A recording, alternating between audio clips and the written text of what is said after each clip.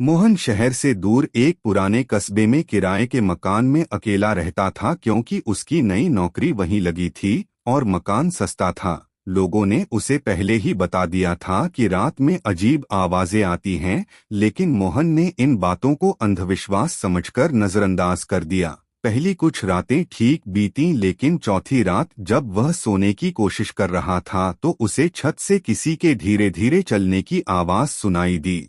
उसने सोचा कोई बिल्ली होगी और करवट बदल ली। थोड़ी देर बाद वही आवाज अब कमरे के अंदर से आने लगी, जैसे कोई नंगे पैर फर्श पर चल रहा हो। मोहन उठकर बैठ गया। कमरे में सब कुछ सामान्य था, लेकिन हवा अचानक बहुत ठंडी हो गई। तभी उसे लगा किसी ने पीछे से उसके कान के पास सांस ली हो। वह डर के मारे पलटा, लेकिन कोई नहीं था। तभी कोने में रखी कुर्सी अपने आप खिसकने लगी और दीवार पर एक काली परछाई उभर आई। परछाई इंसान जैसी थी, लेकिन उसका सिर असामान्य रूप से टेढ़ा था।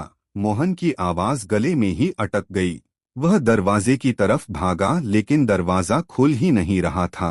तभी भारी और टूटी हुई आवाज आई कि यह घर छोड़कर कोई नहीं जाता। बल्ब तेजी से जलने बुझने लगा और उसी रोशनी में मोहन ने देखा कि परछाई अब धीरे धीरे उसके पास आ रही है। उसकी आंखें लाल थीं और चेहरे पर अजीब सी मुस्कान थी।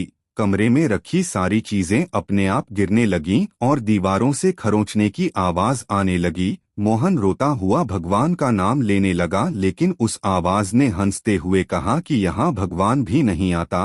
अचानक सब कुछ शांत हो गया और मोहन बेहोश होकर जमीन पर गिर पड़ा। अगली सुबह मकान मालिक और पड़ोसी अंदर आए तो मोहन जिंदा था, लेकिन उसकी आंखें खुली थीं और वह एक कोने में दीवार की तरफ देखे जा रहा था। वह कुछ बोल नहीं रहा था, बस बार बार एक ही बात बुदबुदा रहा था, वो यही है, वो मेरे पीछे खड़ा है। और उस दिन के बाद उस घर में कोई भी रहने नहीं गया, क्योंकि रात में अब भी किसी के चलने और हंसने की आवाज आती है।